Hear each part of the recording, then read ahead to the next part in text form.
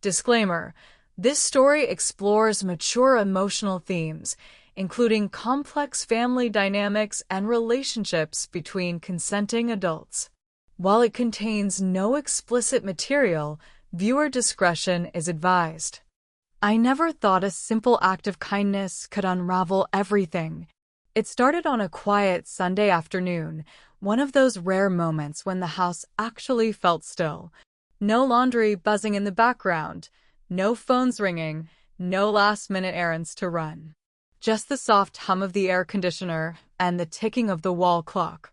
I had just finished cleaning up after brunch when Mark, my husband, stepped out to run a few errands. Said he'd be back in an hour, maybe two. I nodded, half listening, already knee-deep in a grocery list for the week ahead. I hadn't planned on seeing David that afternoon. David, my stepson, had moved back in with us temporarily. He was 24, between jobs and figuring things out. Our relationship had always been cordial, respectful, even. We weren't close, but we weren't distant either. There was this invisible line we never crossed, and it worked for us. That day, I was feeling off. A pounding tension behind my eyes, the kind that settles in when your body's trying to tell you it's done too much. I hadn't slept well. Work had been a nightmare all week, and even my usual glass of wine the night before hadn't taken the edge off. David noticed the moment he walked in. "You okay?" he asked, raising an eyebrow as he kicked off his sneakers. I waved it off. "Just a headache." He paused, watching me a beat too long. "You want me to help?" I know a pressure point trick that works sometimes. Now, here's the thing about David, he's always been oddly intuitive. He picks up on moods, tones, little things most people miss. I didn't think much of it. I was exhausted, and honestly, I appreciated the offer. He sat behind me on the couch, gently pressing his thumbs into my shoulders. And, for the first time in days, I started to relax. There was nothing inappropriate, nothing suggestive. Just two adults in a shared space, with one helping the other feel a little better. And maybe that's why it caught me so off guard, how natural it felt. How easily my body responded to the comfort, the attention, the presence of someone who actually noticed I was running on empty. I don't know how long we sat like that, but at some point, my eyes closed. I could feel the tension lifting, my thoughts quieting. It was nice, simple, harmless, until I heard his voice. It wasn't loud, but it cut through the air like a blade. "So, this is what you do when Dad's not home?" I froze. David's hands slipped away from my shoulders. I turned slowly and saw him standing there, Mark, my husband. Back earlier than expected, keys still in hand, face unreadable. That's when everything shifted. The warmth drained from the room. The silence thickened. My mind raced, trying to explain, to fill in the gaps he'd already filled for himself. I hadn't done anything wrong. We hadn't done anything wrong. But it didn't matter. Because what came next, the look in Mark's eyes, the way David suddenly stood up straighter, the tension that rippled through the room like static, told me this wasn't going to be a conversation. This was going to be a reckoning. And it all started with what my stepson said next. Mark didn't say a word. He just stood there, jaw clenched, staring at the two of us like he didn't recognize either. I opened my mouth to speak, but nothing came out. What was I supposed to say? "It's not what it looks like" felt cliché and somehow even less believable. David moved first. Calm, composed, like he'd been in control of the moment all along. "She had a migraine," he said flatly, as if that explained everything. "I was helping her. That's it." His voice was cool, but his eyes flicked to mine for just a second too long. Not panic. Not guilt. Something else. Something I couldn't name. Mark finally stepped inside and let the door close behind him. The thud echoed in the room. "Funny timing," he said, slowly setting his keys on the table. "I leave for an hour, and my son turns into a masseuse." That sarcasm wasn't new. Mark had a way of using humor when he didn't want to say what he really felt. But under it, I could hear the edge. The disbelief. The threat of something deeper cracking. We stood in silence for a beat too long before I finally spoke. "You know me. You know me. You really think I'd cross that line?" Mark looked at me. Really looked. And that's what hurt. He didn't answer. David broke the moment. "I'll give you two some space," he said, walking past his father like this was any other evening. His tone was neutral, but there was a slight curve at the corner of his mouth. A flicker of something. Satisfied? That's when I felt it, an unease crawling up my spine. I wasn't sure anymore what David's role in this really was. After the door to his room closed, Mark exhaled, finally letting down his guard. But not entirely. "I've been gone a lot," he said, quieter now. "Working late. Traveling. I know that. And I know I haven't made things easy for you." I shook my head. "That's not what this is." He nodded like he half believed me but wasn't ready to say it out loud. "He's not a kid anymore. And you're not just my wife to him, not when you're the only one in this house who listens." That hit. Because it was true, in a way. David had been opening up more, to me, not Mark. Little things at first. Stories about his job hunt, about his mother, about the anxiety he tried to hide under sarcasm and smirks. We'd formed an unspoken trust. But now I couldn't tell if that connection had crossed a line or if he wanted it to. I sat down on the edge of the couch, suddenly aware of how fragile everything was. This wasn't about a massage or a moment taken the wrong way. This was about years of emotional distance, misread signals, and all the things we hadn't said aloud. "I never asked for that kind of attention from him," I said carefully. "But maybe I didn't shut it down soon enough either." Mark didn't flinch. He just stared at the spot on the floor like he was trying to decide if it was all worth salvaging. "I trust you," he said finally, "but I don't trust him." And that changed everything. Because if that was true, if he'd been harboring that doubt for a while, then what exactly had David been doing all this time? And why now? Something about the timing didn't sit right. David's tone, the way he framed what he said, "So this is what you do when Dad's not home." He wanted Mark to hear it. He wanted something. But what? And that's when I realized I wasn't sure who I should be afraid of. Mark didn't sleep in our bed that night. He said he needed space, and I didn't argue.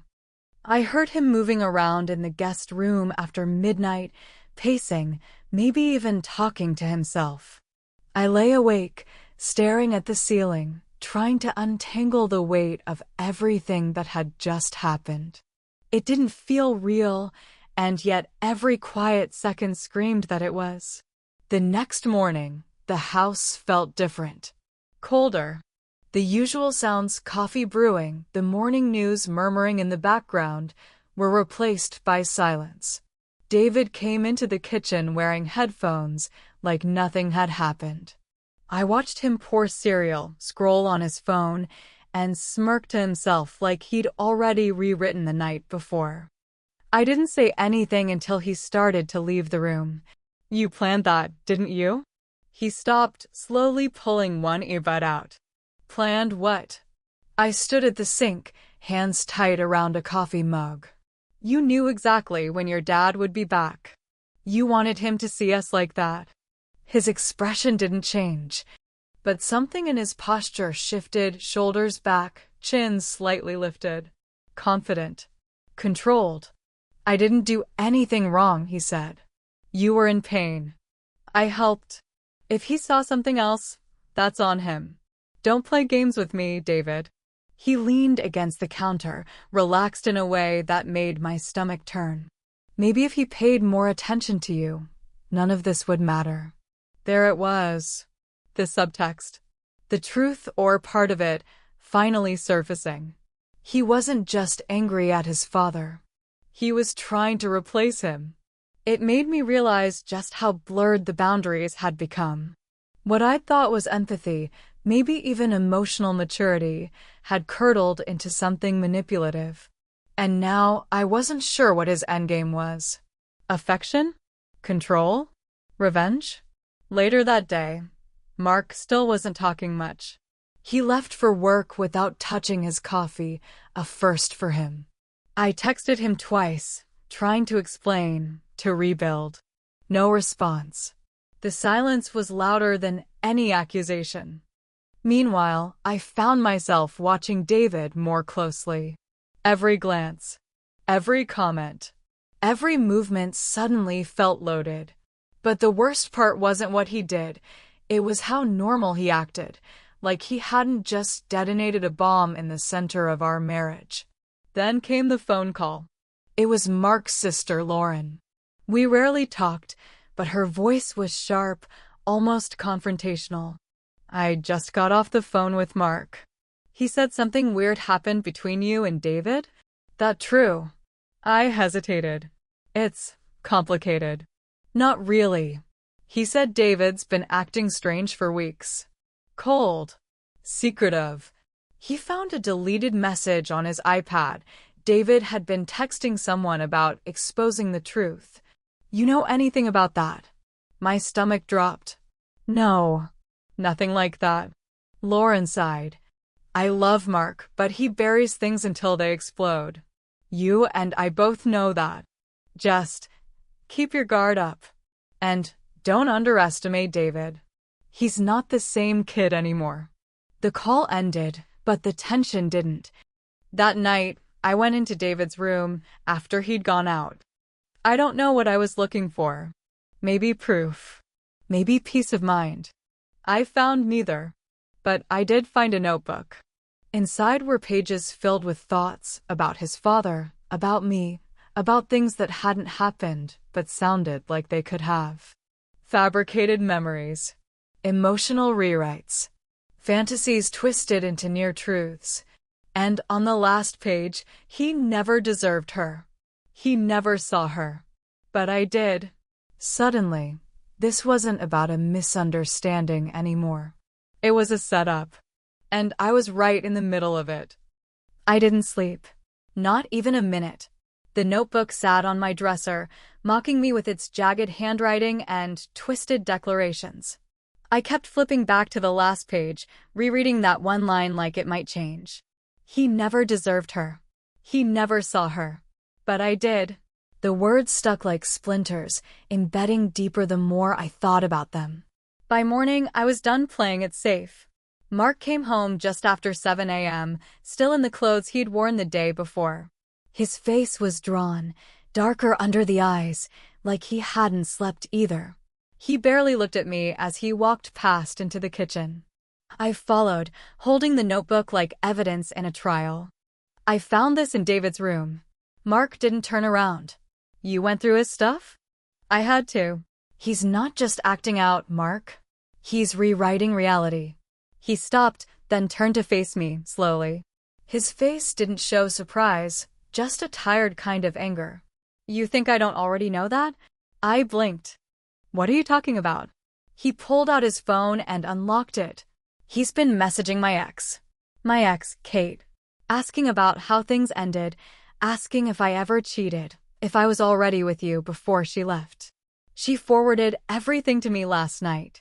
He's been building this case. Making me the villain. My heart slammed in my chest. Why would he do that? Mark laughed, bitter. Because he thinks I ruined his family. He's still that angry kid watching his mom fall apart, looking for someone to blame. And now? Now he's decided to fix it by pulling apart this one. I handed him the notebook. It's worse than blame. He thinks I belong to him. That this was always supposed to happen. Mark stared at the pages, flipping through them like they were a script he hadn't agreed to perform in. He's obsessed. Yeah, I whispered. And we gave him space. We gave him room to turn that obsession into a plan. The front door opened. David walked in with a coffee and a bag from the deli down the street, like this was just another morning. When he saw us both standing there, his eyes flicked to the notebook in Mark's hand. He didn't flinch. He didn't panic. He just smiled. "Guess you finally read it." "Sit down," Mark said, voice low, controlled. David set his things on the table and leaned back against the wall, arms crossed. "Why? So you can yell? Tell me how broken I am? How inappropriate everything is?" "No," I said, stepping closer. "So you can explain how you thought this was ever going to end well." He shrugged. "You needed someone to notice you. Someone who actually listens. He never really saw you." "I did. You manipulated me," I snapped. "You used trust to make it feel like something more." "That's not love. That's control." David's expression twisted. "And you let it happen. Don't act like you didn't enjoy it. You leaned into it." Mark stepped between us, face taut with fury. "That's enough." David didn't move. His eyes burned, locked on mine. "Tell him you didn't feel it too. Just say it. Right here. Right now." The silence that followed was deafening. I looked at Mark, then back at David. And I didn't answer, because anything I said would either break my husband's heart or give David exactly what he wanted. Neither was an option. David pushed off the wall and took a step forward. Mark blocked him. "Get out of this house," he said, voice low and final. David smiled again. "I already did what I came to do." Then he walked out the door. And I knew this wasn't over. Not even close. I thought we were finally regaining control. David was gone. The notebook was locked in Mark's desk drawer, and for the first time in days, the house felt still again. Fragile, yes, but calm. Like maybe we could breathe without bracing for the next explosion. But peace has a short shelf life when it's built on secrets. It started with a voicemail. Mark got it while I was making dinner, and I only heard the tail end. "Just thought you should know what I found. Call me back." It was Lauren again. Her voice was tense, clipped. He played it twice. Then a third time. And when I asked what was going on, he didn't answer right away. He just stared at the screen, brows furrowed, face unreadable. "Mark?" He finally looked up. She was cleaning out their dad's garage. Found an old box of David's. School papers. Photos. Letters. "Okay, there's a letter," he said, slowly, written to someone named Claire. From over a year ago. A long one. Full of things. Details. I blinked. "Who's Claire?" "She's the woman David was living with before he moved in here. Roommate. Supposedly. But this letter, he called her by your name." "What?" Mark set the phone down carefully, like it might shatter if he dropped it too hard. "He wrote about you. About us. As if it was real. As if you were with him. A whole story he invented, and he shared it with her like it was a memory. Like it already happened." My pulse spiked.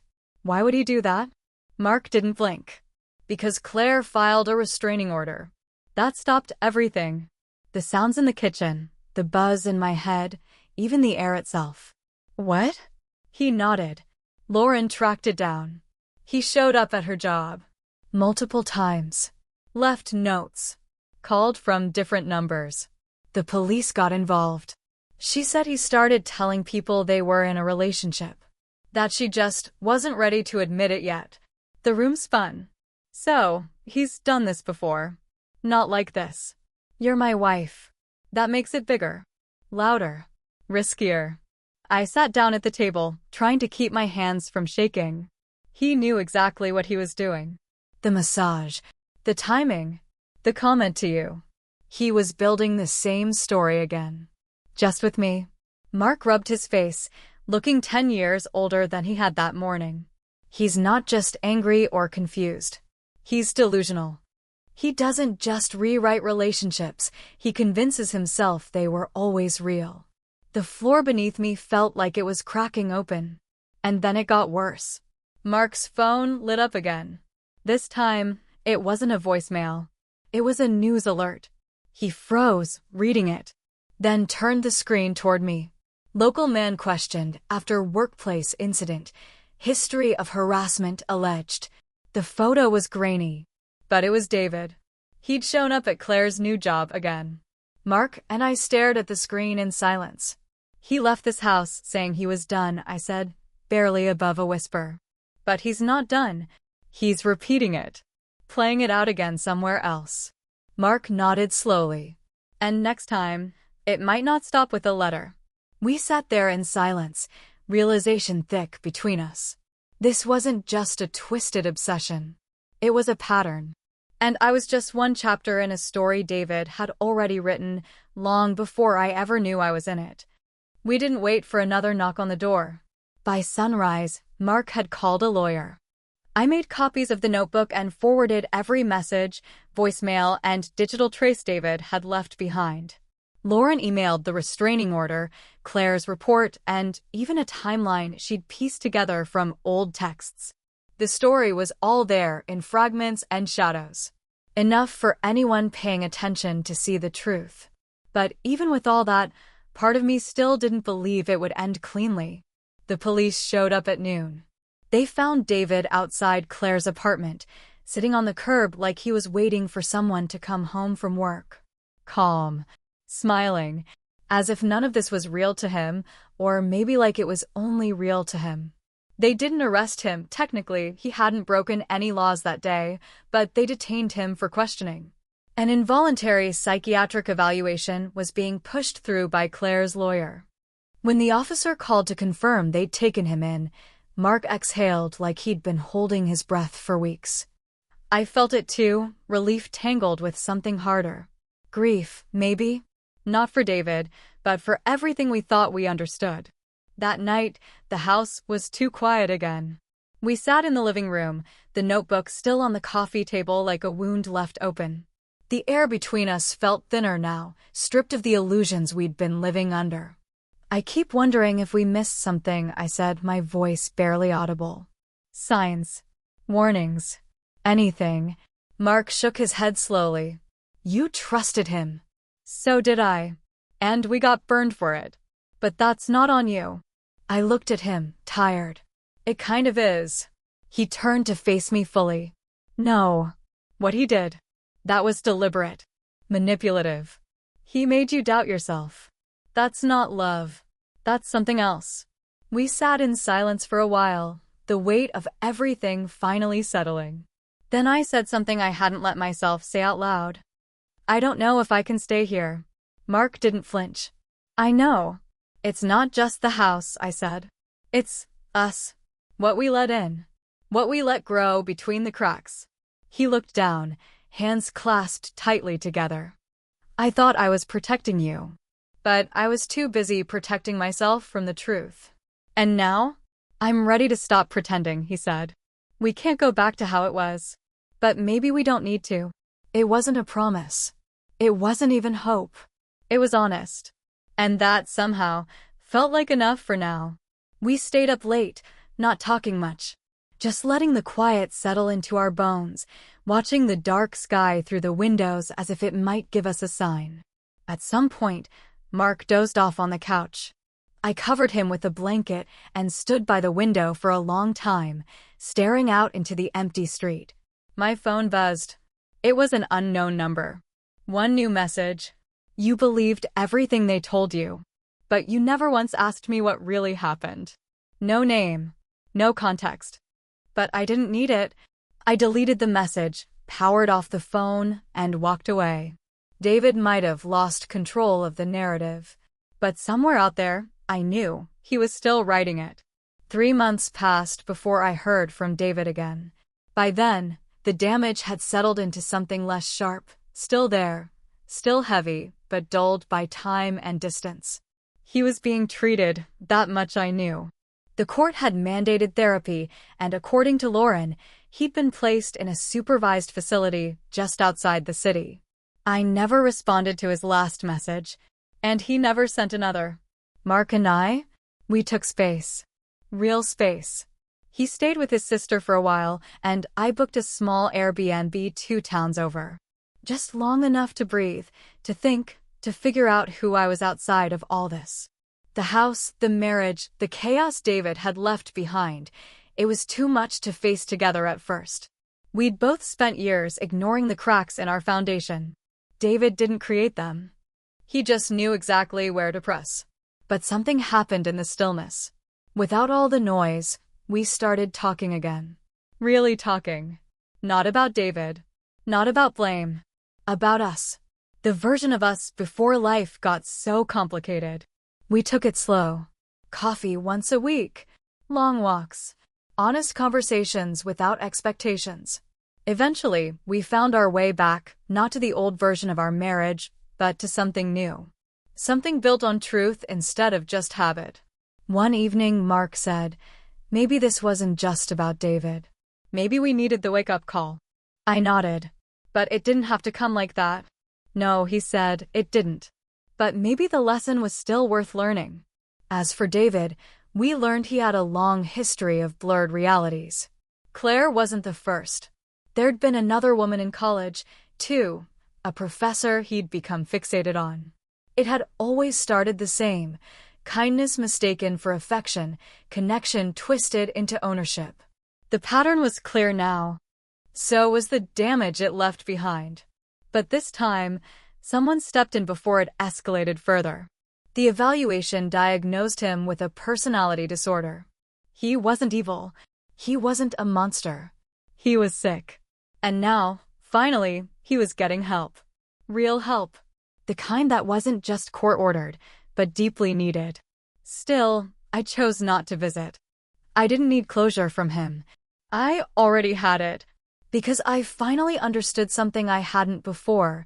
Not all kindness is safe, and not every connection is meant to be kept.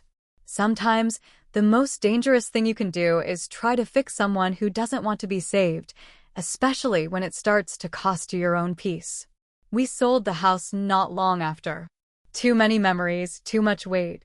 We moved into a smaller place, closer to Mark's work, with fewer rooms and no ghosts.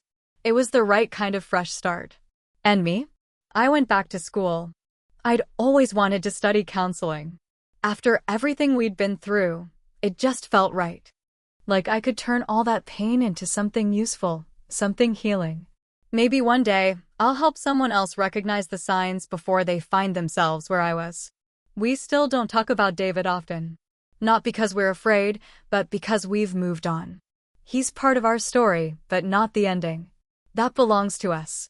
And to anyone out there who's ever been gaslit, manipulated, or made to question their reality, trust your instincts. Draw your lines. And never apologize for protecting your peace. Thanks for sticking with us through the story. Did you enjoy the story? Let us know in the comments. Your thoughts mean a lot. And don't forget to like, share, and subscribe if you want more emotional, true-to-life stories just like this.